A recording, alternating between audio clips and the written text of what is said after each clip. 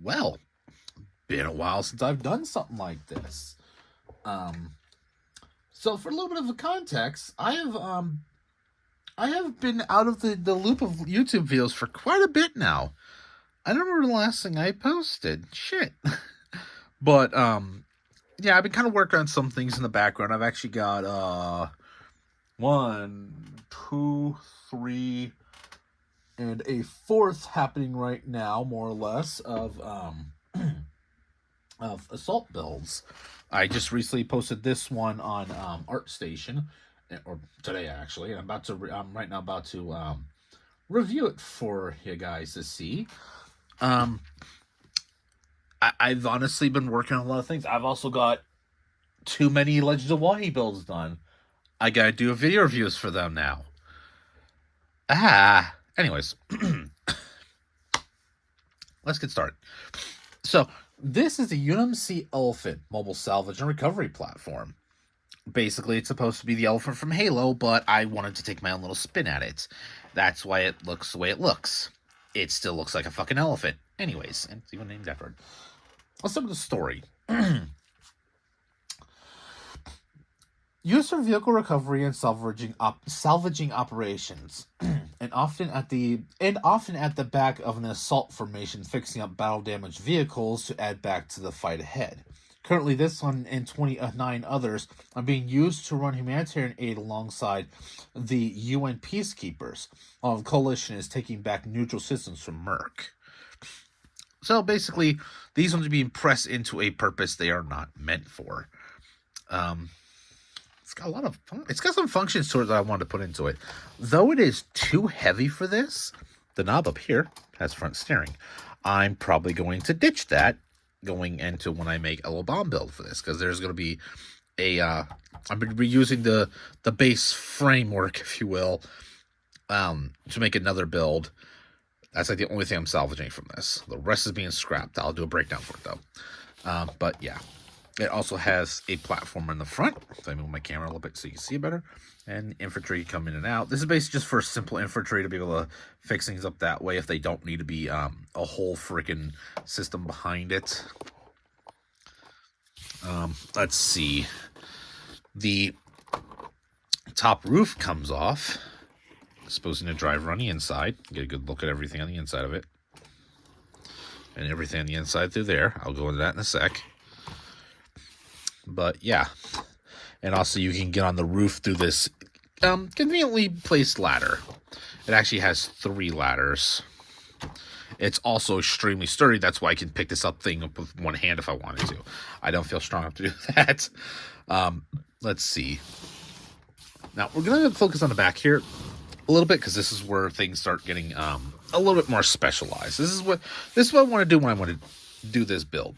First off, let's turn this knob. It's going to be a while, but... Oh, God, I got hiccups now. Great. Yep. Got a lot of weight on it. One sec here. And this door opens up for a specific reason. The reason is... little robot arms. So basically what this thing does is that it will drive up. There's supposed to be... Hold on, let me adjust everything a little bit real quick. Basically, there are these... there's this vehicle I haven't built because I kind of want to move on from this build.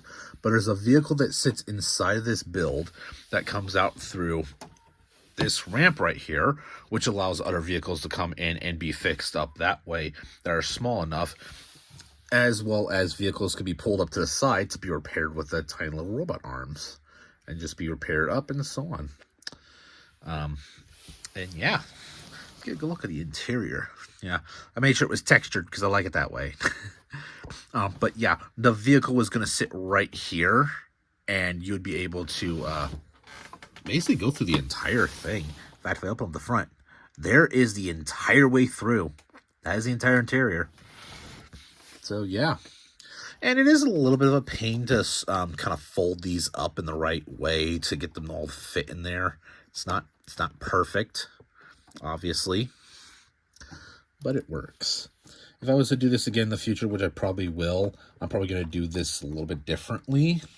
Why aren't you going in? There we go. And these windshields will lift. They can lift up and down to give more clearance. It's not supposed to. It's not supposed to be a thing that happens. But you then turn the knobs. I was going to give a gear ratio for it, but I couldn't make it fit in a way that I wanted it to, so I didn't. And there we go. Doors close up. It's all armored up, so they can be able to take refuge on the inside of it and be able to just keep rushing through. This thing can take so much hits from smaller fire and even tank fire that it could just bum rush through an enemy. That's why they're at the time of this story, they're being used for humanitarian aid because they can literally bum rush through entire formations of hostile forces enough that the actual non-hostile forces are able to, or the allied forces, excuse me, are able to basically cover it and continue on the assault. So this thing blockade runs and just keeps on going, does not stop, and as it's not doing so, it's also allowing its fellow forces to basically just take their attention away from it, allowing it to continue to rush through. Sometimes they'll break those blockade formations. These things will rush through and they'll just keep fighting while these guys bring humanitarian aid and everything. They're pressed into a service they're not meant for, but it seems to be working at the time of the story. Yes, there's a story for this. No, I'm not diving into it because that's more than I have the brain cells for right now. Please don't at me. Anyways, that is the elephant. Yeah.